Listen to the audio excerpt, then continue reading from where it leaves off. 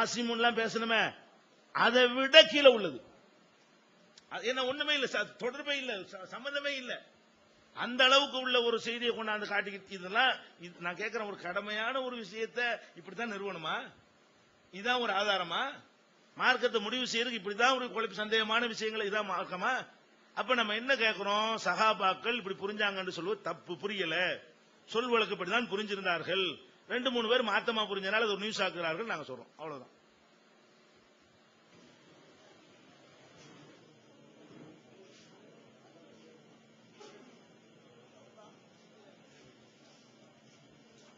அஸ்ஸலாமு அலைக்கும். நான் விழுப்புரத்தில் வரேன், அப்துல் ஹை. பிஜே அவர்களிடம் கேள்வி. நபி இப்னு உமர் அலி அவர்கள் நபி அவர்கள் செய்வதை போன்றுதான் செய்வார்கள். அவரே ஒரு பொருளுக்கு ஒரு வருடம் நிறைவடையாத வரை ஜக்காத் இல்லை என்று கூறியுள்ளார். இதை நீங்கள் மறுப்பது சரியா? இப்னு உமர் அவர்கள் ஜக்காத்து தொடர்பாக மற்ற விஷயத்திலும் மாற்றமாக கூறியுள்ளாரே, சரியான விளக்கம் தருவோம்.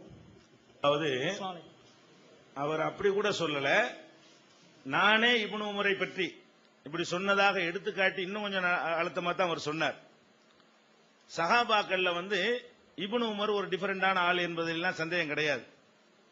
ஆனாலும் கூட அதை எதுக்கு சொல்லலாம்டா, ஏற்கனவே ஹதீஸில் நிரூபிக்கப்பட்ட ஒரு விஷயத்தை உறுதிப்படுத்துவதற்கு அதை எடுத்து இப்னு உமருடைய இந்த செயலும் அதை உறுதிப்படுத்துது என்கிற அளவுக்கு தான் அதை எடுத்துக்கொள்ள முடியுமே தவிர, அப்படித்தான் நானும் அந்த செய்தியில பேசியிருக்கிறேனே தவிர, தாடி சம்பந்தமான பேச்சியில அதை வச்சுதான் சொல்றாரு, பேசியிருக்கேனே தவிர ஆதாரமா அவர் ஆகவே ஆகாது. ஆதாரம் என்ன?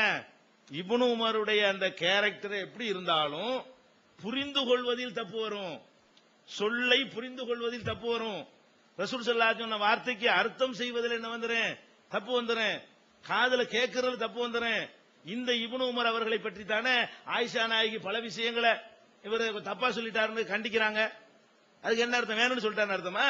நம்ம என்ன பார்க்கிறோம், தவறு என்பது அவருடைய கேரக்டரை பொறுத்து மட்டும் தீர்மானிக்கப்படுவது இல்ல, நினைவாற்றலை வைத்து தீர்மானிக்கப்படும், கவனக்குறைவை வைத்து தீர்மானிக்கப்படும். உள்ளதெல்லாம் கரெக்டா தான் பார்த்து செய்வாரு, கரெக்டா பாக்குறத தப்பா புரிஞ்சுக்கிடுவாரு. உதாரணத்துக்கு சொன்னேன், இப்படி கீழே உட்கார்ந்து ஒரு பொருளை ரசூல்லா எடுத்துக்கிட்டு இருக்கிறாங்கன்னு வைங்க, அவர் ஒண்ணுக்கு இருக்கிறதா கூட எடுத்துக்கலாங்க. அதே மாதிரி அவர் செய்தார்னு வைங்க, கீழே குனிஞ்சுக்கிட்டு ஒண்ணுக்கு இருக்கிற மாதிரி ஒரு பொருளை எடுத்தவொடனே ரசூல்லா சிறுநீர் கழிக்கிறாங்கன்னு கூட அவரு புரிஞ்சுக்கிற முடியும். அதனால இப்னு உமருடைய அந்த கேரக்டர் சரிதான், அப்படி கேரக்டர் உள்ளவர் தான், ரசூல்லா ஏதாவது செஞ்ச மாதிரி பார்த்து அதே மாதிரி செய்யணும்னு ஆசைப்படக்கூடியவர் தான், துன்யா விஷயத்திலையும் பின்பற்றக்கூடியவர் தான், அதுல சந்தேகம் கிடையாது. அந்த கேரக்டர் விஷயத்துல அப்படி நிறைய ஆதாரங்கள் நம்ம அவருடைய வரலாறுகள் ஹதீஸ் நூல்கள்ல கூட இந்த கேரக்டரை நிரூபிக்கக்கூடிய தகவல்கள்லாம் கிடைக்கிறது. நம்ம சொல்ற என்னன்னு கேட்டா, அவருடைய கேரக்டர் அதுவா இருந்தாலும் ரசூல் ஸல்லல்லாஹு அலைஹி வஸல்லம் சொன்னார்கள் என்று அவர் ரிப்போர்ட் பண்ண வேண்டும். ரசூல் ஸல்லல்லாஹு அலைஹி வஸல்லம் செஞ்சதை பார்த்தேன் என்று ரிப்போர்ட் பண்ண வேண்டும். இன்னும் சொல்ல போனா நகைக்கு ஜக்காத் இல்லைன்னு அவர் சொல்லிட்டாரு, அப்ப ஏன் அதுக்கு மட்டும் சொல்ல மாட்டேங்கிறீங்க?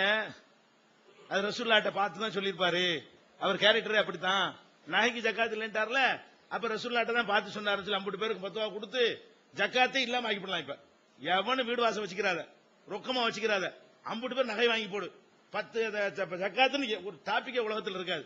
ஆக்கிப்படலாமா இல்லையா? தானியத்துக்கு மட்டும் தான் ஜக்காத்து கிடைக்கும், மத்த எதுல என்ன வராது.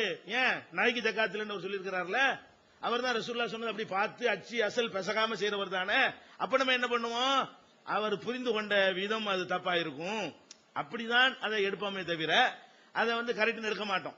அதனால இப்னு உமருடைய கேரக்டர் என்பது அந்த மாதிரி கேரக்டர் உள்ளவரா இருந்தாலும் ஹதீஸில் அதை ஏத்துக்கிற மாட்டோம். அவர் ரசூலுல்லாஹ் சம்பந்தமா சொன்னா அவர் சொல்லணும், அதை நான் பார்த்தேன், ரசூலுல்லாஹ் இப்படி செஞ்சாங்க, ரசூலுல்லாஹ் இப்படி சொன்னாங்க, இப்படி கட்டளையிட்டாங்க, இன்னைக்கு அங்கீகரிச்சாங்க, இப்படி சொல்லாத வரைக்கும் மார்க்கத்தில் அது ஆதாரம் கிடையாது.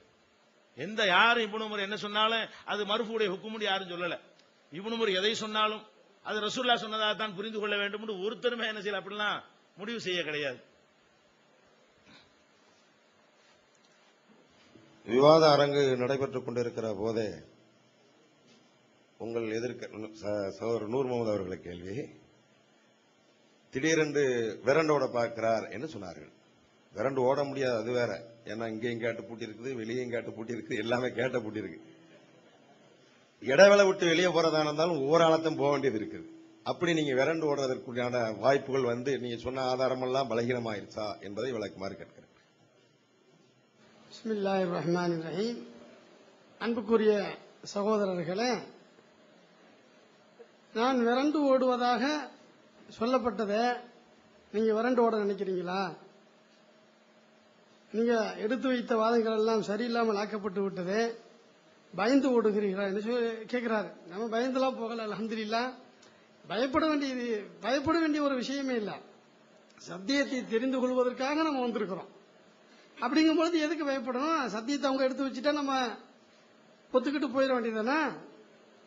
இதுவரைக்கும் எடுத்து வைக்கலாம். அதனால நாம போகணும்னு கூட சொல்லல, டைம் ஆயிருக்குமே அப்படின்னு கருதி தான் கேட்டேனே தவிர, ஃப்ரெண்டு ஓட போகிற எப்படா விடுவாங்க போகணும்னு சொல்றாருன்ட்டு அது நாம பக்கத்துல அப்படின்னா ஓடுனேன்னு வைங்களேன், நீங்க எல்லாம் சேர்ந்து பிடிச்சி கொண்டு வந்து எனக்கு உட்கார வச்சிருவீங்க.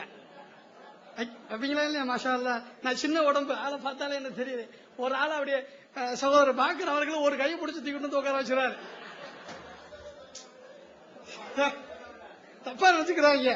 ஏன்னா அவ்வளவு சின்ன உடம்பு. நான் ஓடி போய் எலி மாதிரி அவர் பார்த்தா எலி மாதிரி இப்படி பொசுக்கூர் கொண்டு வந்து உட்கார வச்சுறாரு. ஓடல.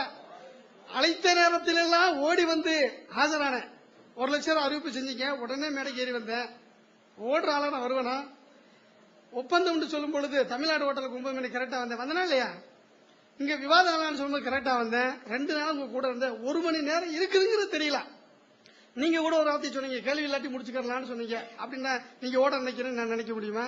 கேள்வி இல்லைன்னா சரி அடுத்து சும்மா இருக்கிற முடிச்சுக்கிறோம் அப்படின்னு தான் அர்த்தம்.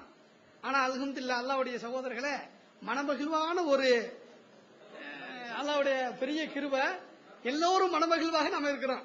அதாவது எதிர்கருத்துடையவர் இந்த கருத்துடையவர் அப்படிங்கிற நிலை மாறி போய், ஆனா எப்படி ஆச்சுன்னு சொன்னா, பார்வையாளர்களும் பங்கு பெற்ற ஒரு விவாத அரங்காக சந்தோஷமாக இருக்கிற. யாருக்காவது வருத்தம் இருக்குதா?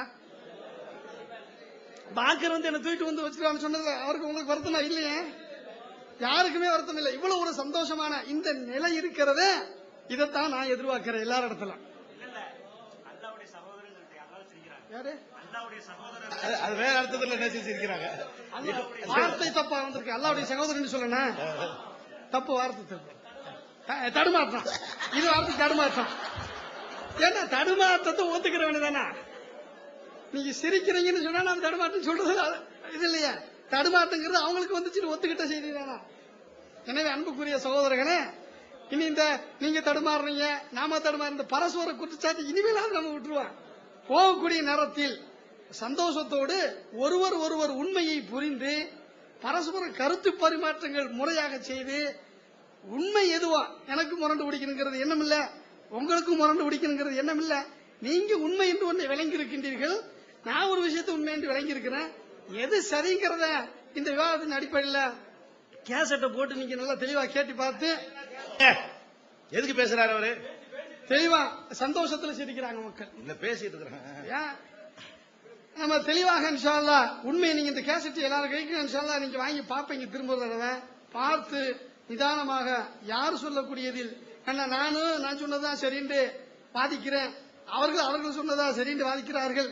ஏற்கனவே நடந்து வந்த விவாதங்களில் போன்றதா இது நடந்திருக்குது. ஆனா ஒரு வித்தியாசம், என்ன வித்தியாசம் அப்படின்னா, பார்வையாளர்களும் பங்கு பெற்ற ஒரு விவாதம். தமிழகத்திலேயே உலக வரலாற்றில் கூட சொல்லலாம், அது மிகையாக கூட இருக்கலாம். இப்படி ஒரு விவாதம் நிச்சயமா நடந்திருக்காது. இப்படி ஒரு விவாதத்தை வந்து நீங்களே சிந்திச்சிருக்க மாட்டீங்க. எல்லாரும் விவாதத்திலையும் பார்த்தா அவரு இவரை கண்டா வெறுக்கிறது, அவரை பொறுக்கிறது, இந்த பக்கம் வராது அந்த பக்கம் போகாத, அப்படி ஒரு நிலையே இல்லாம போச்சு. இவர் அங்க வராரு இங்க வராரு, சந்தோஷம் சிரிக்கிறாரு போறாரு. இப்படி ஒரு சந்தோஷமான சகோதரத்துவம் நம்ம இடத்துல இருக்கணும்.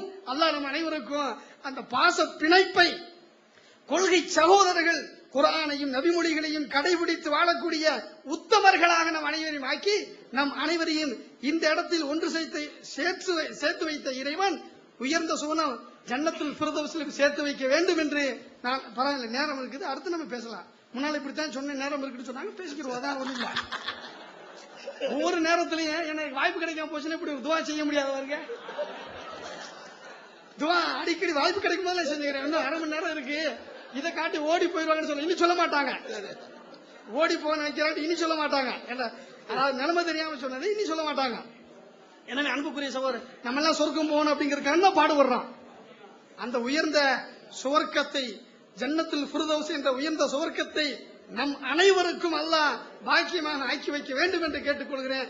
கேள்வி இல்லை என்று சொன்னால் இதோடு முடித்துக் கொள்ளலாம். சகோதரர் அவர்கள் சொன்னது போல கேள்வி இருக்குமே, ஆனால் கேள்வி விட மாட்டாங்க போல இருக்க. இருந்தா கேளுங்க. காதர் பாய் கூட அவர்கள் சிரித்து விட்டார்கள்.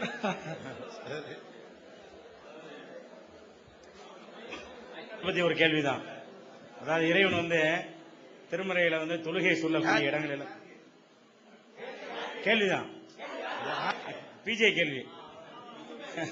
சகோதரர், அதாவது திருமறையில அல்லாஹ் வந்து தொழுகை சொல்ற இடங்கள் எல்லாம், ஏன்னா தமிழ்ல தான் திருக்குறான் படிச்சிருக்கோம், அந்த அரபு மூல விளக்கம் நமக்கு தெரியாது, தமிழ்ல படிச்சு